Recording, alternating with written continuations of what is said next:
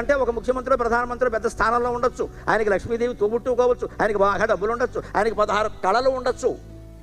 నేను ఒప్పుకోను.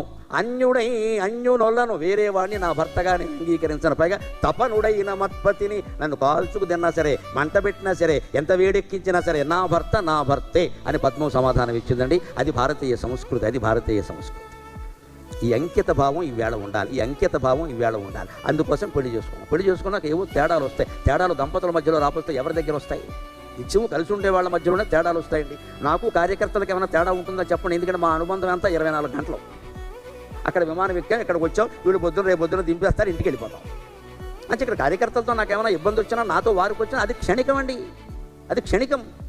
మహా ఇబ్బంది అయితే ఇంకోసారి రావని చెబుతాం. వాళ్ళకి నాతో పెద్ద ఇబ్బంది అయితే ఇంకోసారి పిలవకుండా ఉంటారు, అంతే కదా. అంతకంటే ఏముంటుంది? ఈ అనుబంధం తాత్కాలికం, అది కాపురం శాశ్వతం. ఇక్కడ ఎవరింటోనో భోజనం పెట్టారు, బ్రహ్మాండంగా